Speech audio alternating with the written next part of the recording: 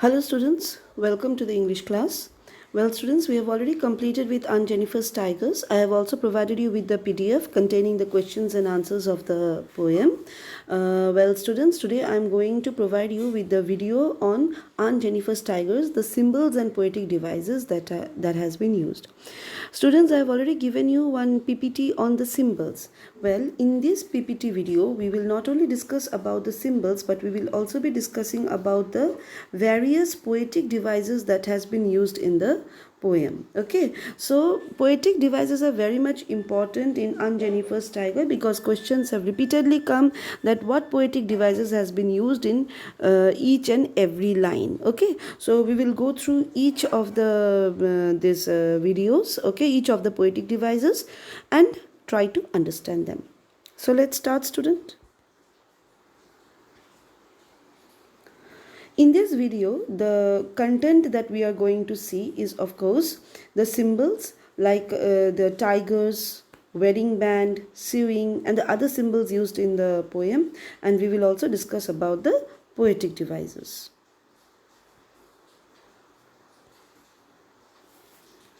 The first symbol that has been used is the tigers. The embroidered tigers that give the poem its title are a symbol of pride and fearlessness, as they prance with chivalric certainty. These are qualities Aunt Jennifer is not able to exercise in her own life, but can grant to her creations. Through her art, these positive qualities not only exist in her life, but live on after she has died.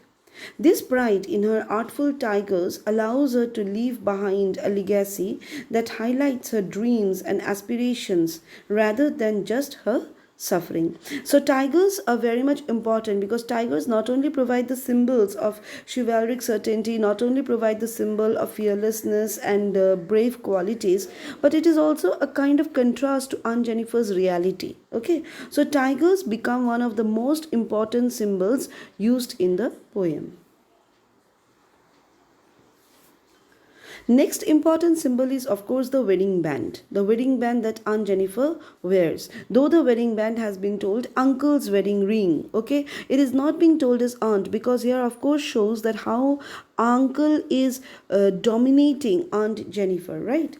The wedding ring Aunt Jennifer wears is a synecdoche, or a single part of a thing that stands in for a whole. For her entire unhappy marriage, she is terrified of her husband, and the ring symbolizes this with the way it weighs down her hand. The fear infects every part of her life and it makes her struggle even when her husband is not present, such as when she is at her needle point. The ring is even described as her husband's rather than hers, signifying his power over her in the marriage. Later, when the speaker is describing Aunt Jennifer dead, she uses language that evokes the wedding band. Aunt Jennifer's terrified hands will lie, still ringed with ordeal she was mastered by. So, of course, we find that this wedding band is very, very important. Whether in the case of symbols used, the wedding band has been used as symbols, okay, and also has been used as a kind of synecdoche, okay, which is given over here, that Aunt Jennifer's terrified hands, okay, the signifying his power over in the over the marriage. Okay, so it is a very important. We find the wedding band in symbols also, we find the wedding band in poetic device also. In both the cases we find the wedding band very much important for either extract based question or for short answer type questions. Wedding band has come repeatedly, so please study or go through this particular line very carefully. Next symbol that we see is sewing. Aunt Jennifer's embroidery is a symbol for art, and more specifically for women's art. It is how Aunt Jennifer creates her tigers and the medium through which she is able to share them with her younger relative. Though it is difficult for her to do so, she persists in her skillful embroidery and is rewarded for it with an artistic legacy full of fantastic, fearless beast. So Aunt Jennifer's embroidery or sewing also can be, the sewing can be used, or you can say embroidery also. Okay, in both the cases, that why Aunt Jennifer is embroidering, why Aunt Jennifer is sewing, okay, in order to express her feeling. So therefore sewing becomes a very important symbol in the poem, right? Other symbols that are used over here: Aunt Jennifer, a typical victim of male oppression in an unhappy marriage who suffers loss of individuality, dignity, and personal freedom silently. She becomes dependent, fearful, and frail. So, Aunt Jennifer is also one symbol, okay, which is the symbolizing the entire womanhood, okay, entire womankind of the world. Okay, that is how they are being suppressed, okay, in their marriage life, or how they are being dominated in their marital life, and how they are so very much unhappy. So Aunt Jennifer is a symbol of the entire womankind of the world. Next symbol that is being used is of course yellow topaz, bright topaz. Okay, it symbolizes the fierce energy. It symbolizes the what we can say, the chivalry, the fearlessness, the bravery. Okay, and green also is another symbol. Here it is being given here green, which reminds one of spring and vitality. Okay, so these are some of the symbols, other what we can say, smaller symbols that are being used in the poem. Next, we will see the poetic devices. There are many poetic devices used. Okay, one is the comparison that has been used. The tigers are compared to knights from the time of chivalry in the Middle Ages. So, of course, one is the tigers. Okay, the tigers are here representing the quality of bravery. Okay, the quality of chivalry. Okay, next we come about the images of Aunt Jennifer, the images of tiger, the images of wedding band, the images of topaz, ivory. Okay, the gold of the wedding band. Okay, so these are all images. That is, when you are reading the poem, those pictures are coming very clear to you, that how Aunt Jennifer is sitting and how she is embroidering that piece of cloth, and how those colors are coming out. Okay, so these are very much important.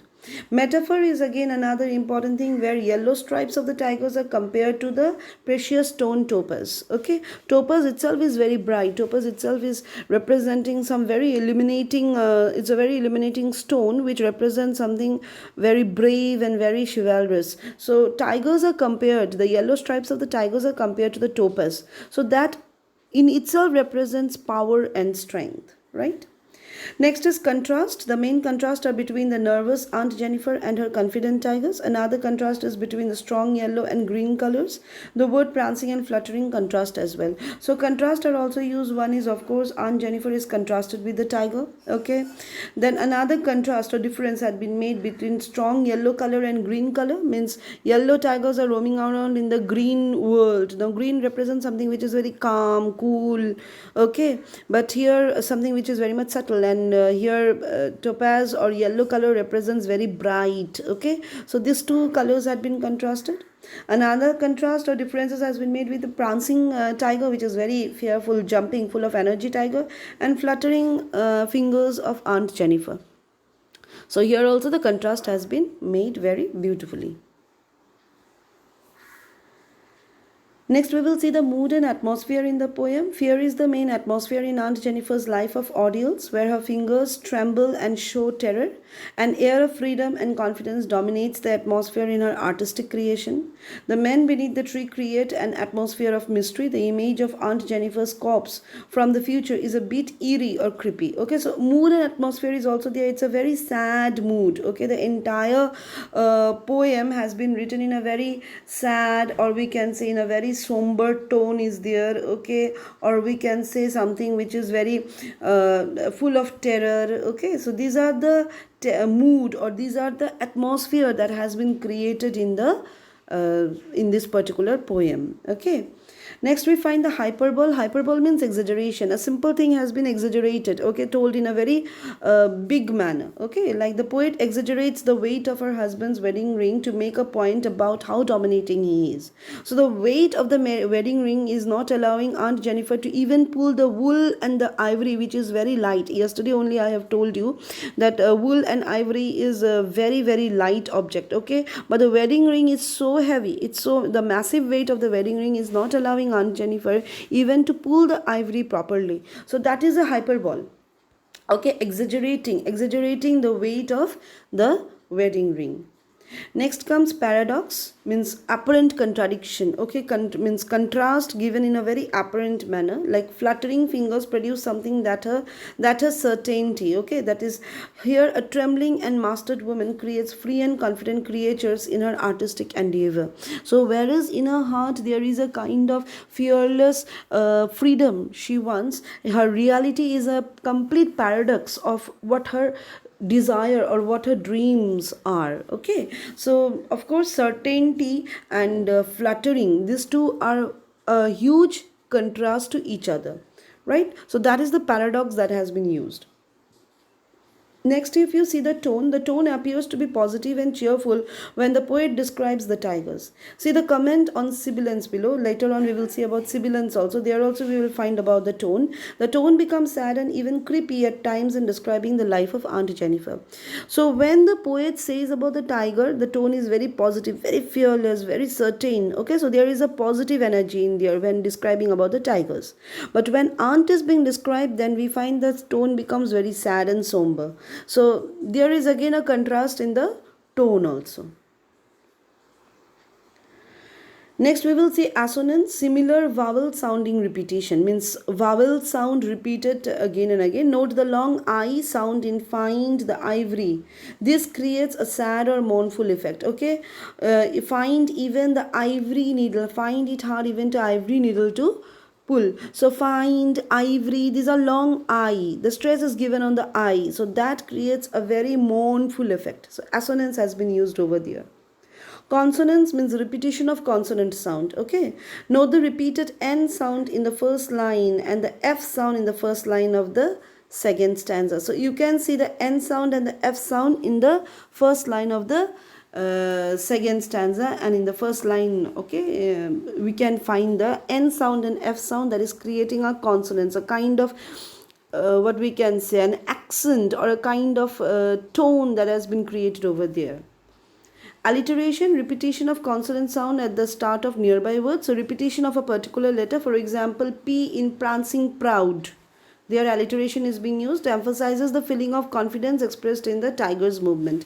So usually what does the alliteration refers to? Like this the question will not come. What will come is that the usually figures of speech comes in the extract type questions, okay, or the poetic devices comes in the extract type questions. So the line will be given, okay, and the question may come that what figure of speech or what poetic devices has been used in such and such line. Okay, so if suppose prancing proud, that particular line has come, so you can easily write alliteration because it will be only a 1 mark question, or because this time MCQ is there, it can come in the MCQ also. So these poetic devices become important in that case, right?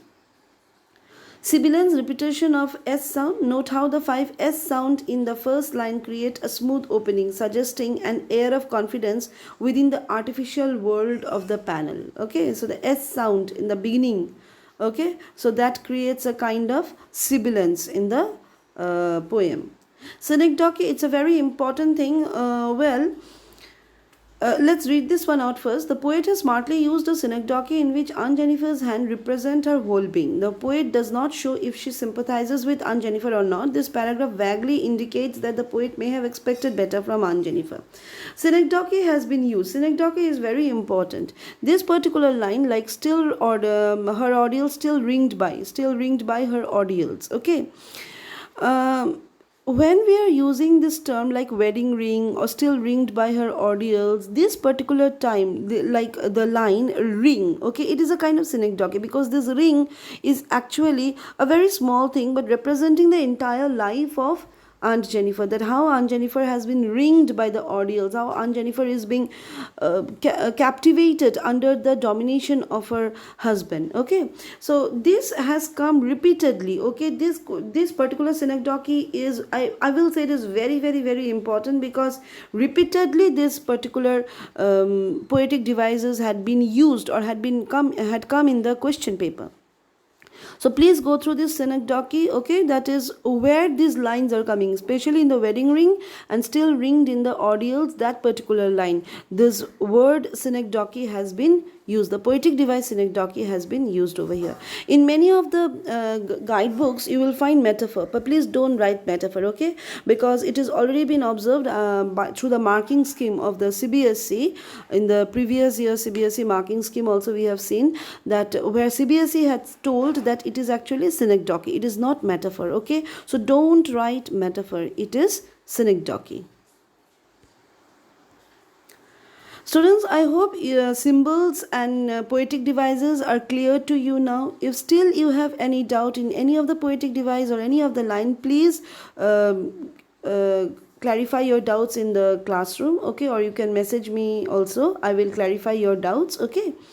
Study well, students. Thank you.